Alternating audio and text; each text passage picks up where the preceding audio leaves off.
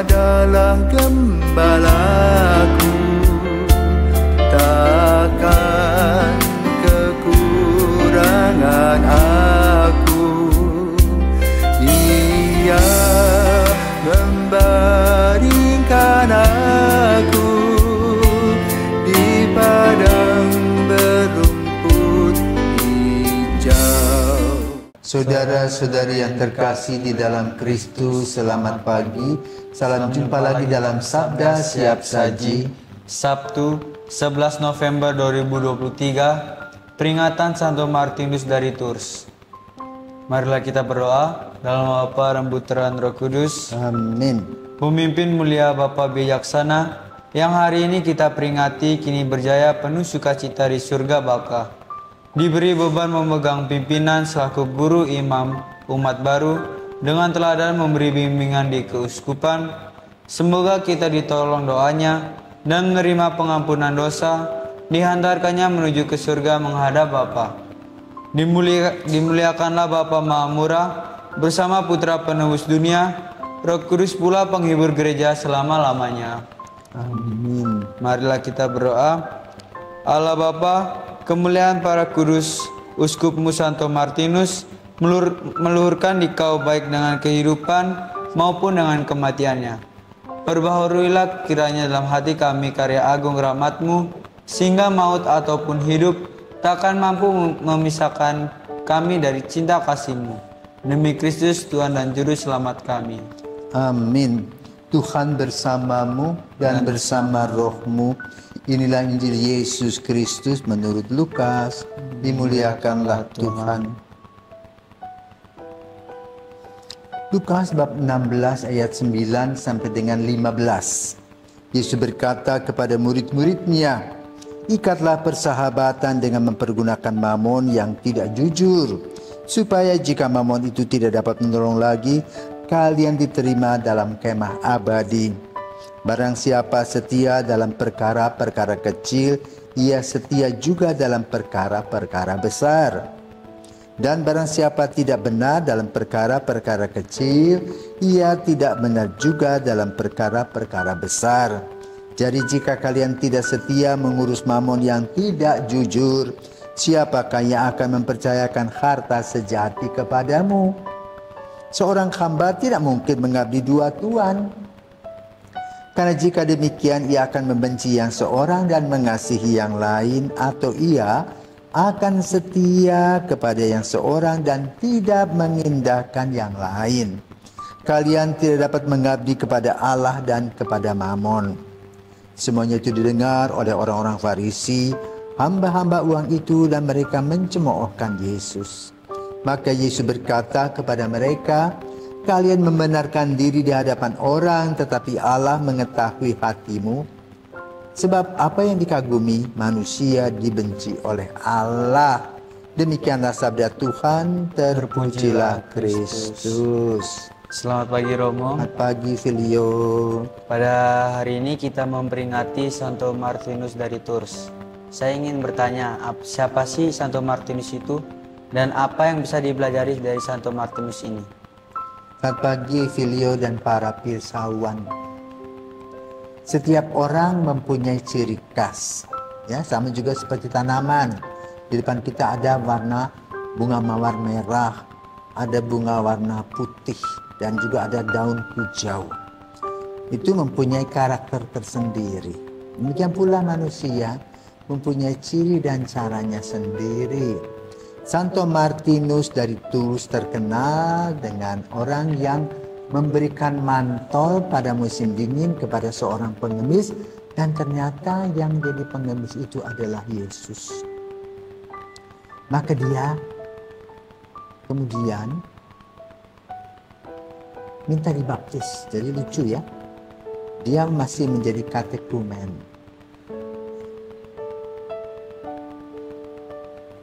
Martinus de Tours itu lahir dari keluarga perwira Romawi, asal dari Hungaria Sabaria.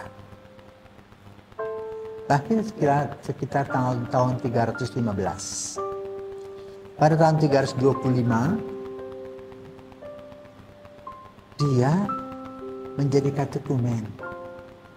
Dan kalau kita memperhatikan sejarah, ya, dia di Perancis toh, juga di Roma ada seorang bernama Raja Konstantinus.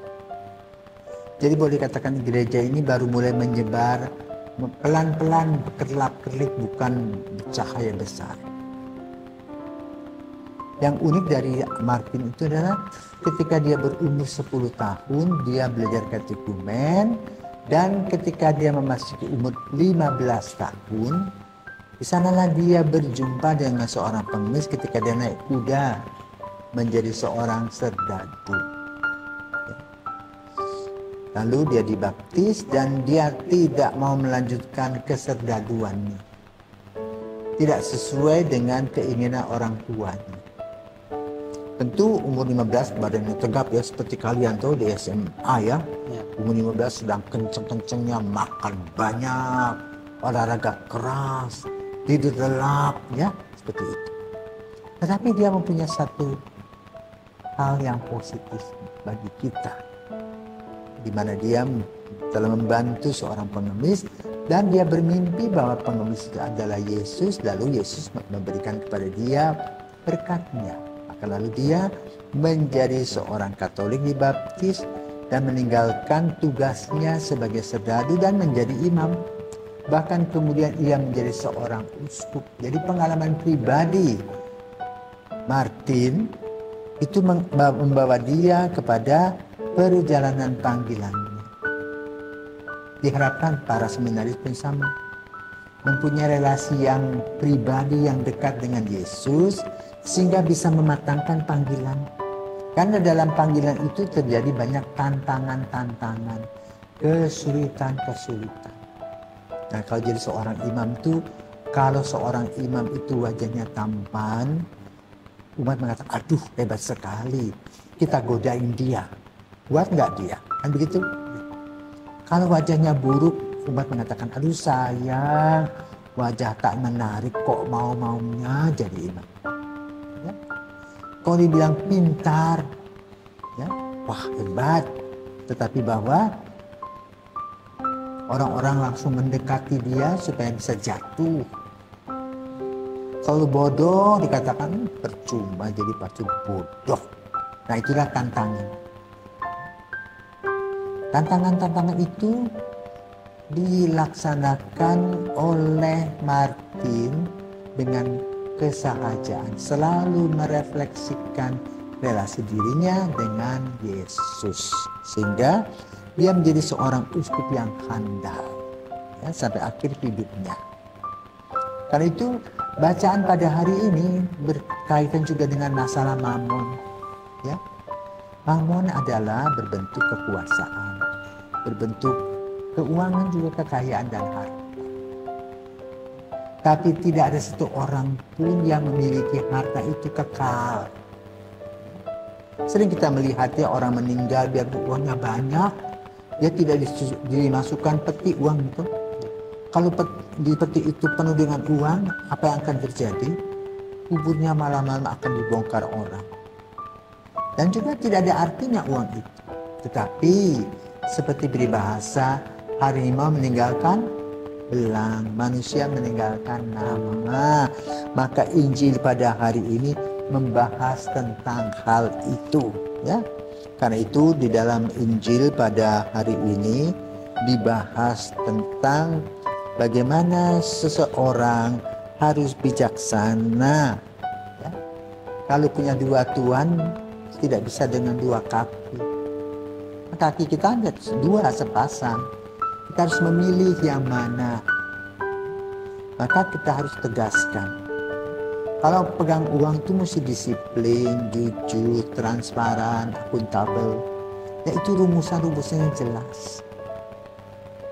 Maka kalau kita masuk dalam dunia itu, kita harus tahu rumusan-rumusan. Demikian pula kalian ya, yang mau masuk menjadi imam itu tahu rumusan-rumusannya. Apa coba rumusannya?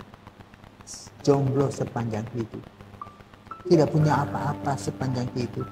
Karena apa? Uang, harta, dan semua itu titipan dan lewat. Kita menjadi selang kasih Allah. Maka kita harus menjadi orang yang bijak dalam perkataan juga dalam perbuatan kita. Tidak mudah. Tetapi sebagai hamba Yesus, di mana kadang-kadang kita tidak bisa berbuat apa-apa, mujizat itu nyata dalam hidup. Maka percaya seperti Santo Martinus de Tours tadi. Dia percaya akan kehadiran Yesus dalam langkah-langkah hidupnya. Maka dia dengan tenang ada di segala sesuatu. Dan dia berpihak kepada Yesus. Meninggalkan tadi dunianya tadi. Dunia serdadu yang boleh katakan berkelimangan harta. Juga dikelilingi gadis-gadis sekarang. Hidup dalam kesepian. Ya, sendiri seorang diri. Tetapi kalau kita mempunyai relasi dengan Yesus, maka hidup kita tidak akan kesepian. Ya, sunyi. Ya, tapi tidak sepi. Maka mari kita berdoa melalui Santo Martin de Tours. Semoga kita semua boleh menggunakan waktu kita dengan baik. Kita menggunakan seluruh rumusan-rumusan kehidupan kita. Dan kita mengikuti rumusan-rumusan itu sehingga kita tidak terjebak kepada kelaliman dan juga ketidakadilan. Tetapi yang kita akan laksanakan adalah cinta, kasih, dan keadilan seperti yang dilakukan oleh Santo Martin de Tours yang mengikuti Kristus menjadi serdadu, pewarta kabar Tuhan yang menggembirakan dan juga penjaga sabda Allah dalam hidupnya. Semoga kita semua diberkati. Selamat pagi.